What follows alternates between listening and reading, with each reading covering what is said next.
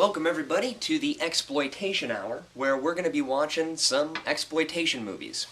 These are the sleaziest, grimiest, and slimiest movies ever put to the screen.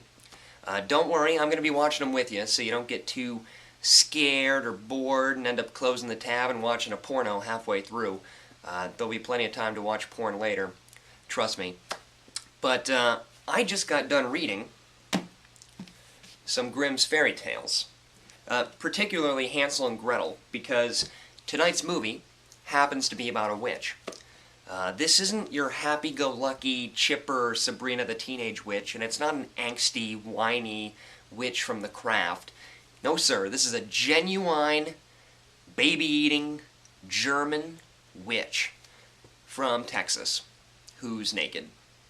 That's because tonight's film is the 1961 classic, The Naked Witch. Our southern friends might know it by its alternate title, The Naked Witch. It's directed by Larry Buchanan, who went on to direct such classics as Zontar and Mars Needs Women. I'm sure you remember. This one has to do with a little short, stocky guy. He kind of looks like Frankie Muniz with some sort of growth problem. He goes to the town of Luckenbach, Texas to write his thesis on witchcraft, particularly German Texan witchcraft. While he's there, he digs up the corpse of a witch, sets her loose, and she runs around killing people with a stick. And she's naked. It's pretty interesting. Here is the rundown of some of the things you can expect to see. We have staking, grave digging, reincarnation, regenerating faces, degenerating faces, stabbing, monotone narration, 2 dead bodies, 2 witch breasts, and an erotic cave dance. Alright, hopefully you're getting excited already. Take special note of Robert Short, who's the protagonist here. He's the student, and he did such a fine acting job in this film that he was never in another movie again. Probably because he didn't want to top himself. He knew he was so good. But also probably because he narrates the entire thing like the 3 a.m. NPR anchor stuck in the bottom of a well. This is an interesting one. I'm going to give it 1 star. Give it a look. I'm going to check back in with you around the halfway point of the film. So, without further ado, let's get started. You know what's funny? I actually had an ex-girlfriend who moved to Texas, and I didn't put 2 and 2 together, but now that I know it's a bastion for witches, it just makes more sense. Alright, rolling. You know, the other thing about this is that there's the first 9 minutes of the film are in a pseudo-documentary style, talking about witches, almost as if we'd never heard of them before and didn't know anything about witches, before the actual movie begins. But, you know, you'll see. Let's roll it. You gotta love a movie that starts out with some guy saying, "Witches, witches, witches," over and over again.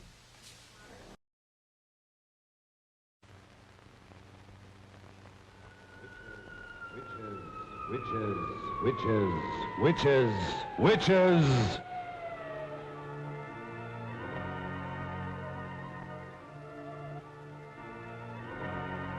From just beyond the edge of light, from the deeper darkness where no living being has ever walked, comes the terror of those who have given their souls to the devil. This is the story of one such creature. This is the story of a witch. Across the pages of history lurk the ominous shadows of the werewolves, the sorcerers, the witches. Through the ages, man has known the evil that walks in the shadows of the night, and has feared the dark spirits of the unknown. What lies behind these monstrous fears that has chilled the hearts of man since the beginning of time? Do these sinister creatures live only in the superstitious minds of ignorant people? Those who have studied the history of the ages and who know the dark secrets locked in the vaults of time, to them, The word witches brings a trembling fear and a shuddering terror.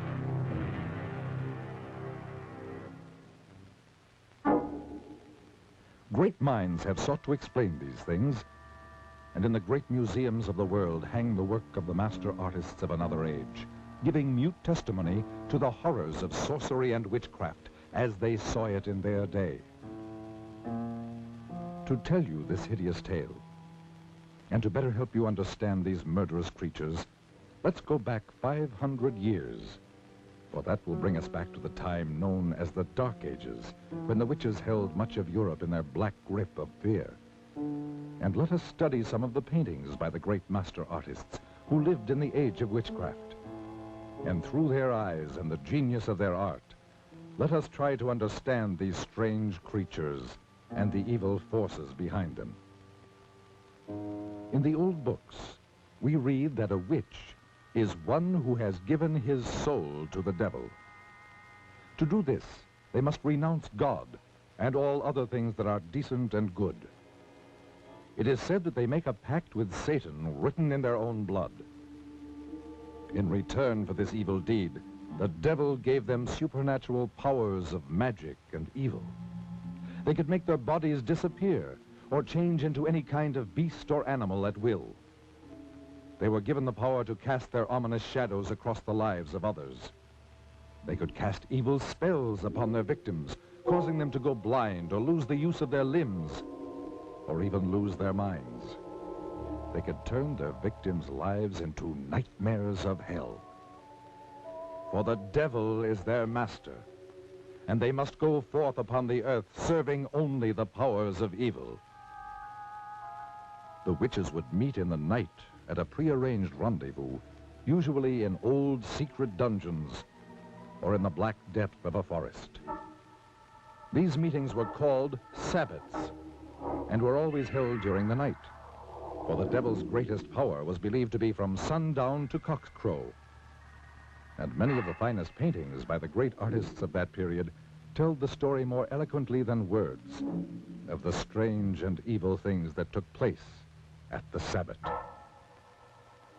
The witches would appear for this sinister ritual in the form of all kinds of hideous creatures, such as beasts or birds, or half beast and half human. They would begin by celebrating what was known as the Black Mass, which was always conducted by some ex-leader of the church who had renounced God to serve the devil. The Black Mass will live in infamy forever. For here, some of the most terrible criminal acts took place, such as the slaying of children whose warm blood was offered up as a sacrifice to Satan. Then their bodies were thrown to the dogs or roasted and eaten by the witches. Following this ritual, the entire gathering would throw themselves into the most depraved orgies of filth and obscenity conceivable to the human mind. But to these evil, perverted creatures, it was all terribly exciting, and it provided an excuse for their unbridled lust and perverted sex. The fact that it had to be carried out in utmost secrecy made it all the more thrilling. Yet those same evil, murderous creatures, who changed their bodies into all sorts of hideous beasts and engaged in those unbelievable rituals by night, lived by day as ordinary human beings, such as shopkeepers, housewives, or farmers. And as the years went on, the witches continued their murderous assault upon the people. And it is said that they called forth all the legions of the dead to battle for the souls of the living. For this is the goal of the devil. From the beginning of the 13th century through the 18th century, witchcraft ran rampant through Europe and was practiced with all of its blasphemous and obscene rituals. So, the Middle Ages became the Dark Ages, the age of witchcraft, the age of fear. But men and women who still had the courage to fight did so with all the weapons they knew. And after 5 centuries, the tide of battle turned. In many European countries, the practice of witchcraft was made a capital offense. Rulers decreed that their countries must be freed of this terrible scourge, and that all convicted of practicing witchcraft must die. Armies were called out to hunt down the witches. The fear was so great that entire villages said to be infested by witches were put to the torch. The old records tell of flames rising high into the night sky and hideous creatures streaking across the burning heavens, screaming foul obscenities. When confronted with death, many of the treacherous witches confessed to the most hideous crimes. Even the hardened soldiers who were trained to kill turned away sickened by some of their terrifying confessions. One group of witches alone confessed to the murdering of over 2,000 babies and small children, bought from the brothels and slums of the big cities. At last, the witches were no more. Old superstitions and taboos had yielded to the powers of light and knowledge. We, who live in the light of the 20th century, see the witch only in fantasy, as a hideous old woman sailing through the night sky on her broomstick. We are certain that these murderous creatures who walked the world in the Dark Ages, committing their atrocious crimes and casting their evil spells, never really existed, except in the twilight zone of the mind. But are we mistaken? From deep beyond the edge of light, from somewhere out there beyond the grave, beyond the dimensions of life, do these ominous creatures still exist? Let us see.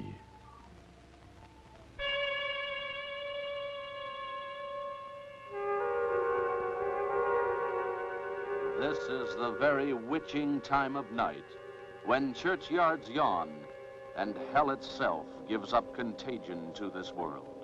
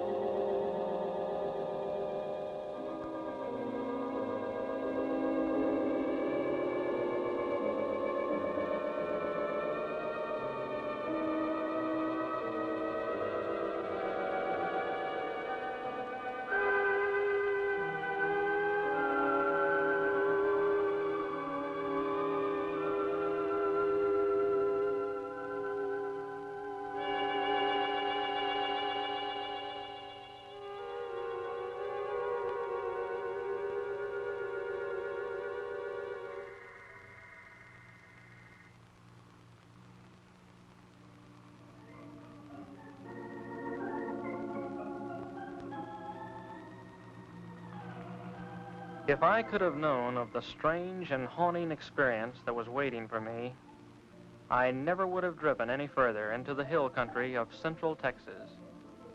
There are those who say that it was all a dream and that it didn't happen at all, nor could it happen in the 20th century. But I tell you, it happened.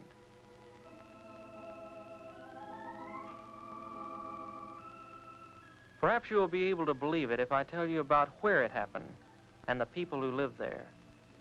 To begin with, it was early spring, and there are few places in the whole world as lovely as central Texas in April. But this is not the Texas of cowboy lore, for here, snug in a green valley rimmed by evergreen hills, are trim, clannish, thoroughly German villages. The German settlers came in 1846 seeking religious asylum in America. The green hills, the rocky slopes, and clear rushing streams reminded them of the hills beside the Rhine. From limestone outcroppings in the encircling hills, they built their thick-walled homes, most of them still standing, mellowed to amber by the sun, still occupied by descendants of the settlers. And they have kept the faith that made their grandfathers brave sickness, isolation, and Indian raids, so that it be kept alive. A characteristic of the valley is the great number of bells, church bells, the Abendglocken with evening bells. And there are the school bells which have rung for 100 years, calling the children to schoolhouses that were built by their great-grandfathers. Though English and German are spoken interchangeably, German is taught in the schools and is still the language of social contact and of the home.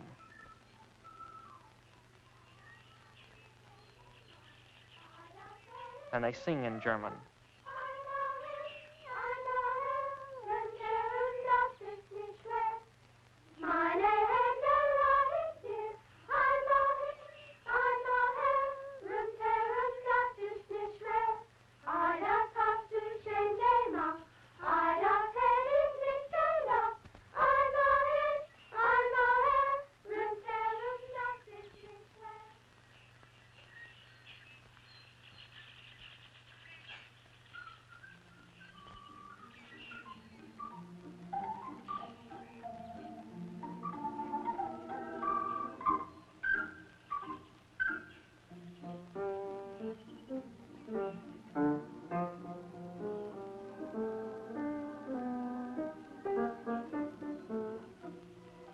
Yes, this was spring, the time of Sangerfest, the singing festival. I was trying to get to the village of Lukenbach, where a singing festival was in progress.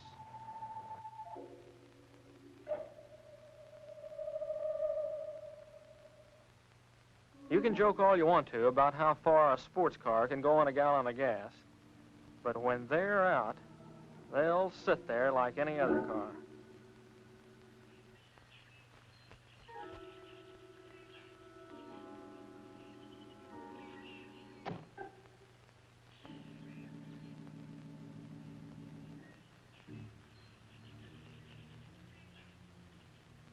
I was already late, so I decided to leave the car and walk into the village. This was the last day of the singing festival, and the last day I could take away from college. I was writing a thesis on the early Germans in Texas, and the festivals were important to my research. As I walked through the countryside toward the village, I thought to myself how lucky these people were to live in such peace and unspoiled beauty. And yet, as I approached the old burr mill on the outskirts of the village, an ominous feeling crept over me. It seemed as if the dark shade trees above the mill race were about to swallow me up and take me back 100 years, as indeed they soon would.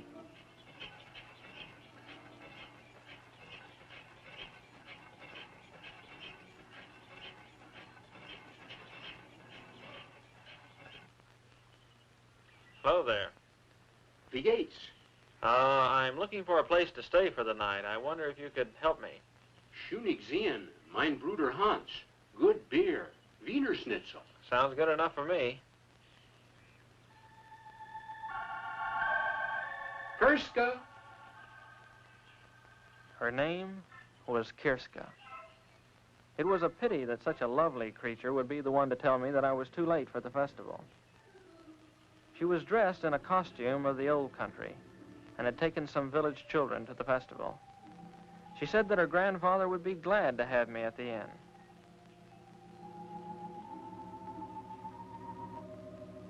As we turned to go, I couldn't help thinking that the old miller could help me in my search, so I turned to him. He seemed pleasant enough as I asked him if he could help me. But when I mentioned the words superstitions and witchcraft, he simply turned and continued with his grinding.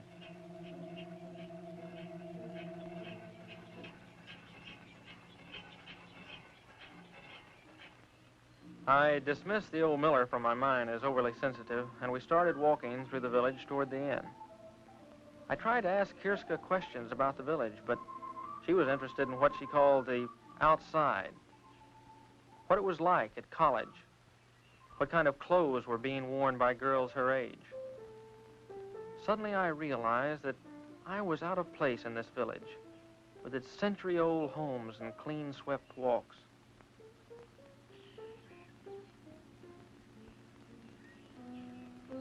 But as we approached the inn, her mood changed. It was as if she wanted to help me, but couldn't find words to explain how. You must be careful. The old ones do not like to speak of the spirits and hex. And your grandfather? Grandpapa will be glad to have you in our house. He will talk of anything you wish, and much of what you don't.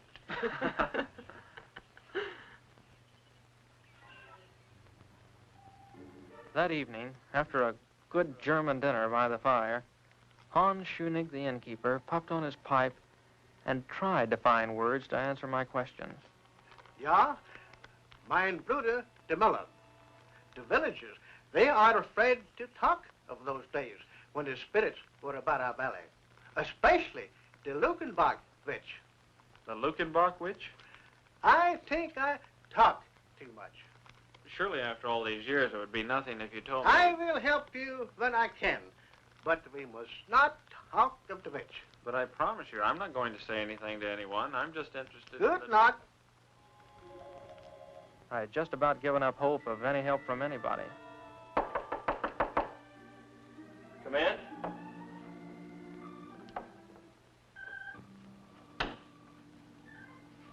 This water is fresh from the well. Thank you. Oh, do you have to go? I mean, well, I'm not having too much luck with the others, and I thought someone younger might be able to help. Someone like you. More help? With my thesis. I'm doing research for a thesis. They want to help you. If they could be sure it was the German immigration you were writing about. But, okay, so it's not just about the immigration story. So it's also about customs and legends and strange oddities that we're hereabouts. And witchcraft? Listen, I didn't say anything You about can be honest with me. All right, so I'm interested in witchcraft and sorcery in the old colony. What's the harm in that? The old folks do not take these things lightly. I didn't mean to upset your folks the way I did. But what can be the harm in a guy researching something that happened over 100 years ago? You would have to live here to know us, to understand these things. You're what we call friender. You're from the outside. They don't trust you. Are they trying to hide something? Don't you? Why are you so interested? It's just an academic hobby with me. I know there's a lot of talk about witches and warlocks and stuff like that, and a lot of people actually believe it. But I've done a lot of research on witchcraft, and I actually believe it can be boiled down to a simple mathematical and economic formula. How do you mean? Look, in any history book, in any age where there was widespread famine, sickness, want, you find an outbreak of women being denounced as witches. In the late Middle Ages, thousands of people were executed in Europe and England. In Massachusetts, 20 witches were put to death. All of these were times of widespread disease and hunger. But when your people first settled in this country, they had not only disease and hunger to contend with, they had the Comanche Indian raids as well. Little wonder, then, that the ugly word witchcraft was heard in the new colony. But what pleasure can you get from studying about all this? To better understand the witch hunts we have today. Witch hunts? You would think that after the delusions of New England and early Texas, the urge to hunt witches would have disappeared from the Western world, but nothing of the kind. The medieval idea of witchcraft was replaced with things like race and nationality. What can I do to help? Your grandfather mentioned the Lukenbach witch, but caught himself when I tried to find out more about her. Now, I've heard of this case before. Can you tell me something about her? There was a woman called the Lukenbach witch. My grandfather and granduncle will not talk of it because it was their grandfather, Schoenig, who denounced her. The settler that built this inn? Yes. In this very room. In that very bed. Don't leave now. I have an old book, very old, which will tell you all about it. But you must not tell the others about the book. You have my word. I'll just be a minute. Kirska, Yes. you have the sweetest smile. Is that what the college boys are telling all the country girls this year? No, I really mean it. I believe you. It's just that I don't ever really notice anyone until they get a little bothered and light up like a candle. You know, with your German good looks set off with something simple and black, you'd look like a little cameo. I'd better hurry.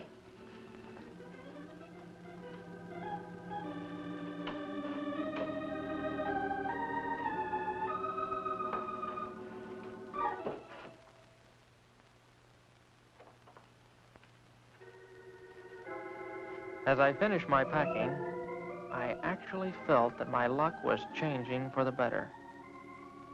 Just how much better, I couldn't describe. You'd have to see her.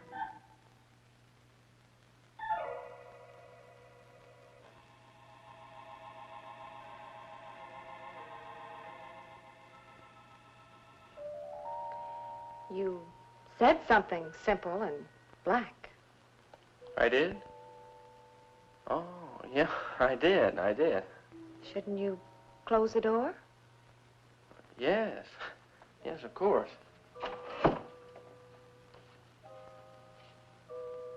I'm not sure I've got you figured. Because I asked you to close the door? Well, yeah, that and And you wouldn't want Grandfather to know we were alone? No, I wouldn't. Oh, you didn't think I wanted to be alone with you? No. Well, to tell the truth, I'm not sure what I thought at the moment. I'll tell you. You didn't think little country girls ever thought of being alone and things and life. But, Well, who knows more about life and things and being alone than farm people? Well, It's just that farm people don't talk about it too much. Too much talk ruins it. I'll be... I'd better give you your book now and go. Because after giving you your book, I have no reason to stay. Except on one condition. And that wouldn't be fair to you.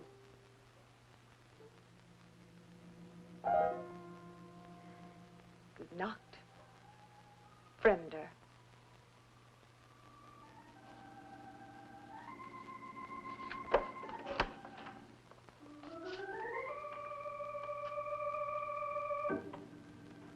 Well, I'll be damned.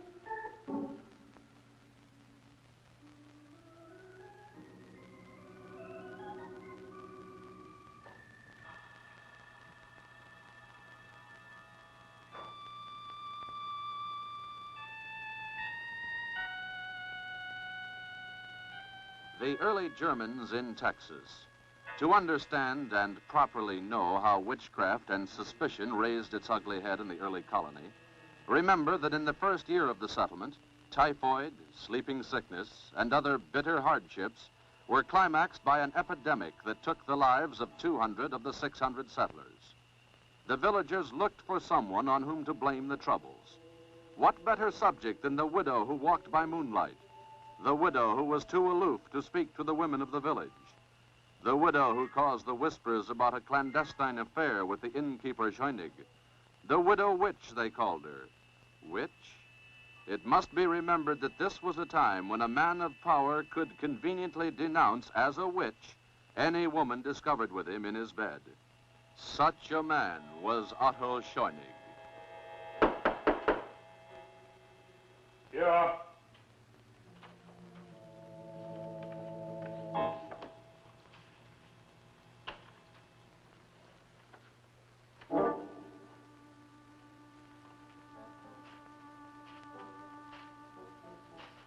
Well, Otto? Well, widow? What excuse is it this time, Otto? What excuse? I have asked you to give me more time, woman. I have given you time enough. You must decide between us.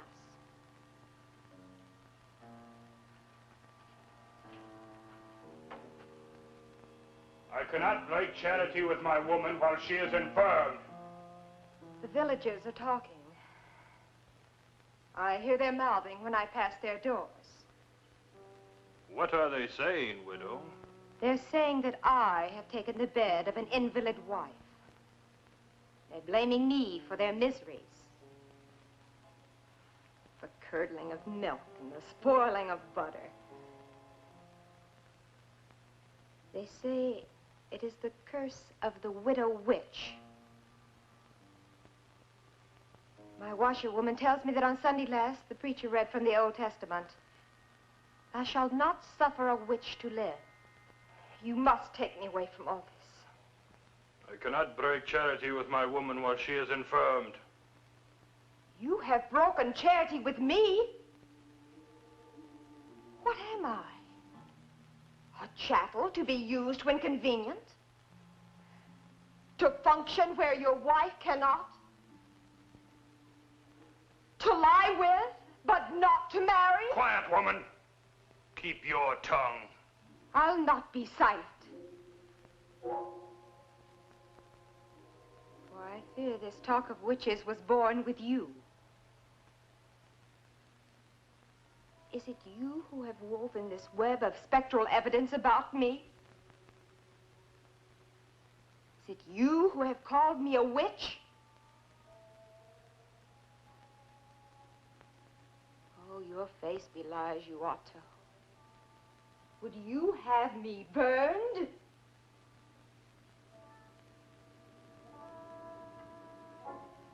Yes. Yes. Witches are for burning. No! No! Stop your shouting, woman. Let her hear me. Let all hear me. You belie me. They are here now. The elders are here to learn how you cast your demoniac spell over this house. No! No, you lie! I have told them how you cast your spell over my wife to make her invalid. She is in league with the devil. The widow is a witch. That same night, under cover of darkness, they took the widow to the graveyard. There are those who said that she waited proudly without fear, and that she whispered over and over, Tot au alle Schönigs, death to all Schönigs. I will return. Du Alec. And with the self-same spire, I will kill all who bear the name of Schönig. How convenient for Otto Schönig that there could be no trial. Death would be by post oak spire. They buried her not 100 yards from where she had lain with the cruel and deceptive Otto Schönig.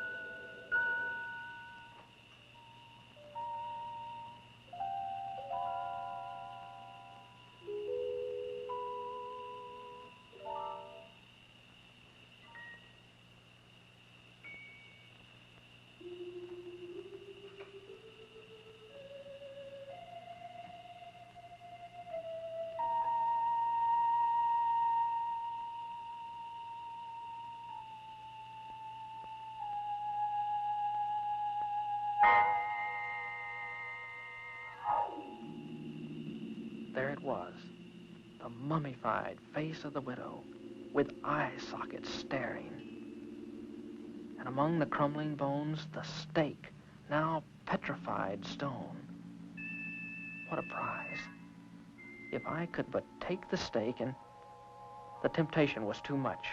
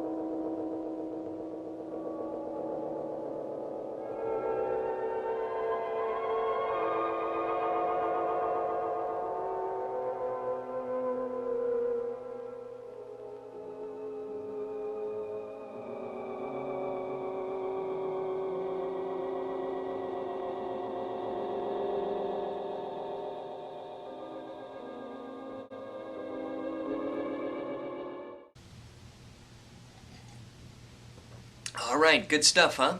And that was Libby Hall as the Naked Witch, revving up to kill some Germans with her stick, kind of like Brad Pitt in Inglourious Bastards, but twice as naked. Or 100 times more naked. Well, she was wearing a bottom, so I guess half as naked. Libby went on to do one other movie, which is kind of a shame because she does a super good, serious face, even though it's caked in makeup in this film. There was also Joe Merriman as the lovely Kirska. Joe never did another picture, like most of the people involved in this thing. And that's a damn shame, because of all of the performances, Kirska is actually not half bad, especially compared to some of the others, like that old guy by the mill who they met when they were first walking in, who is supposed to be German, and in order to establish that he's German, they had him say, Wiener schnitzel, and he didn't seem like he could speak German very well. Compared to that, Joe Merriman as Kirska, she's like Meryl Streep. Fantastic. But she never did anything else, and I'd like to see where she is. So if anybody knows where Joe Merriman is, you know, send her my way. I'd like to talk to her about working with Larry Buchanan on The Naked Witch. As far as the old guy at the mill, you're going to see him getting his pretty soon here. The other thing I found weird was that why does Kirska slip into like a black negligee in order to just hand the guy a book and then leave the room? And did you catch what she said? She said, you know, after giving him the book, she said, I have no other reason to stay in this room. except for one, and that wouldn't be fair to you. Now, we assume that if she stays there, they're going to do some serious boning, but what wouldn't be fair to him? Is she a praying mantis? Is she a witch too? Is she going to kill him? Or purposely get impregnated? We don't know. I have no idea what that scene was about. No clue. Alright, I'm getting kind of antsy, so let's get back to the movie. We'll see what happens now, where the witch is going to start stalking her victims, and then the hero is going to find her secret resting place, spy on her like a total creep, watching her naked, and then make his move to vanquish her. Alright, roll it.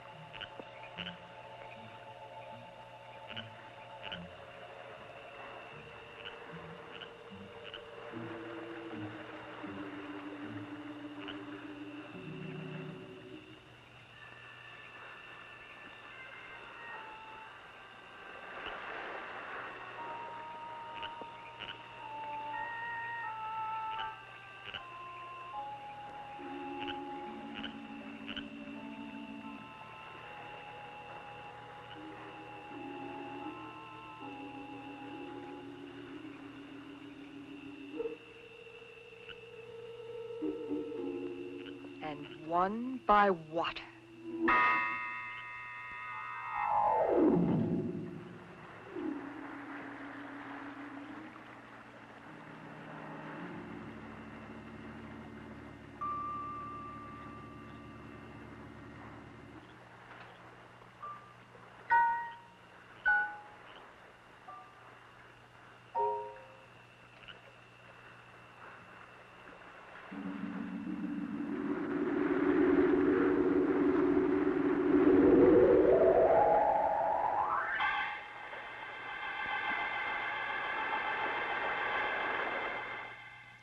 The next morning, the elders came to the inn.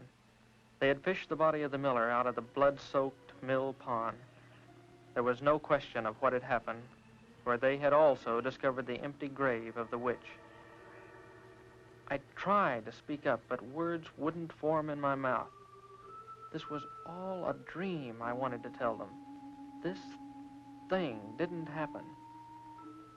But as the elder continued to talk, the sudden realization came to me that it was true. I had uncovered a grave of a witch, and now, after 100 years, she had returned to avenge herself.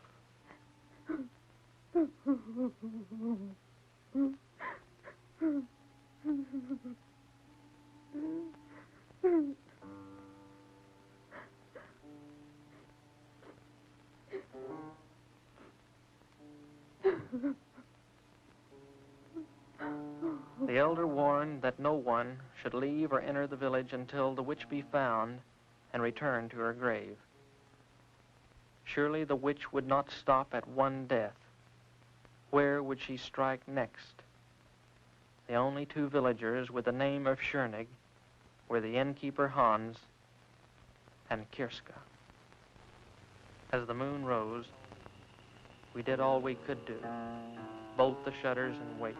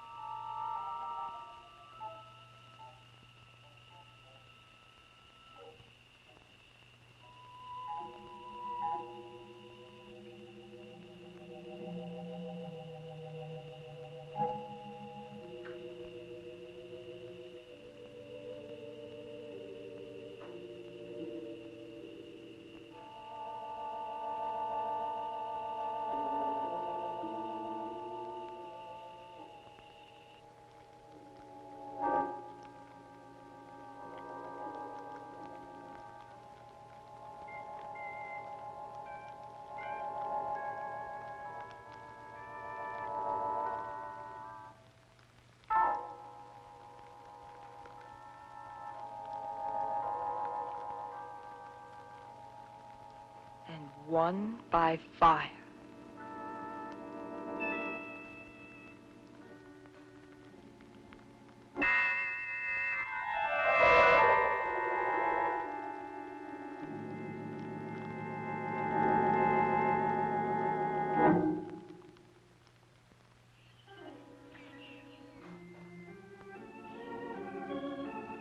I was the guilty party.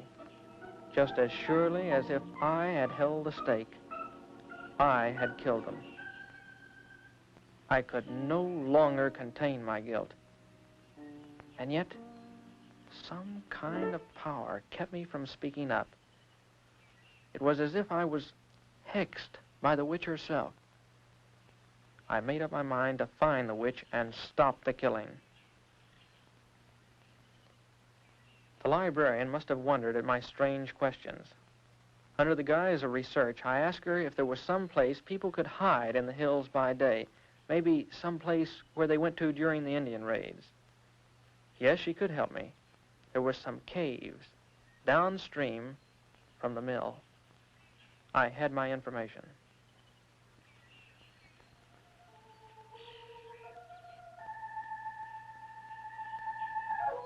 And so that night, as the moon bathed the hills with light, I crossed the mill race and headed toward the caves downstream.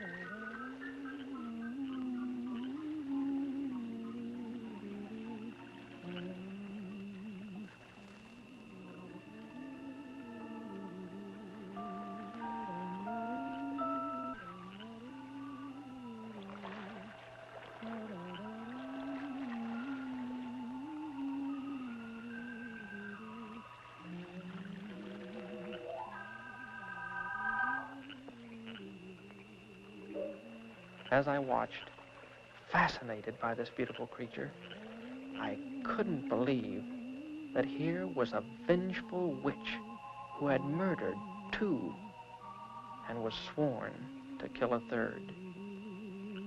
For a moment, I felt sorry for her. This lonely nymph, whose friends were water snakes in the moon. and she seemed to know every sound of the night.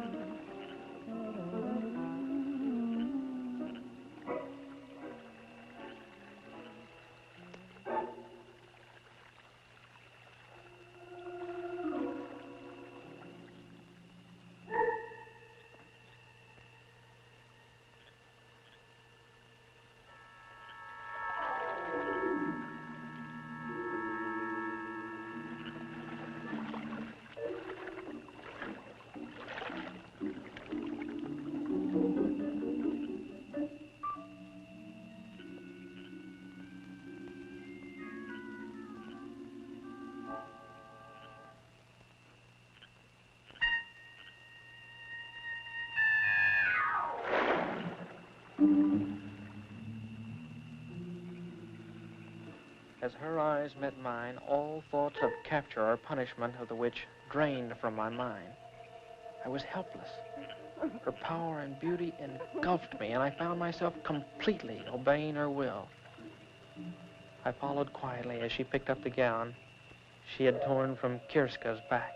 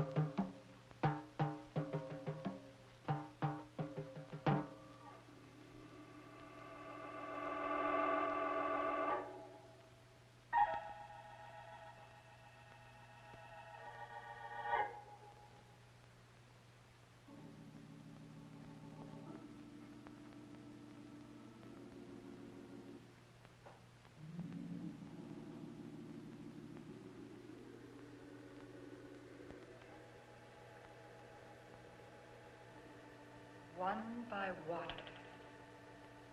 one by fire. But all shall die by the self-same fire.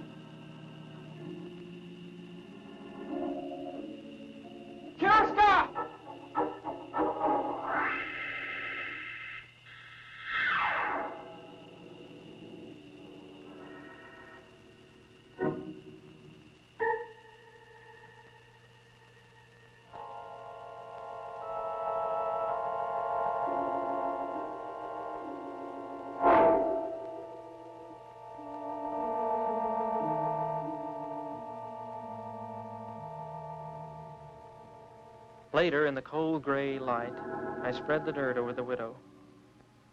My feelings were mixed. Here was a woman who had taken 2 lives. Yet she had been denounced maliciously and killed by the same stake. Was she witch or wronged widow?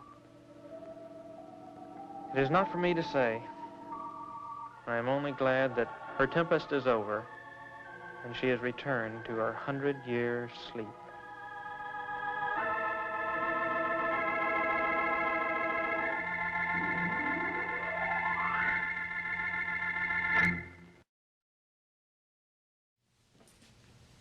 So there you have it, the exciting and erotic conclusion of The Naked Witch, in which the witch is hiding in a pond in broad daylight, and our hero figures it out by asking a librarian where he could hide in the hills, almost like he needed to dispose of a body.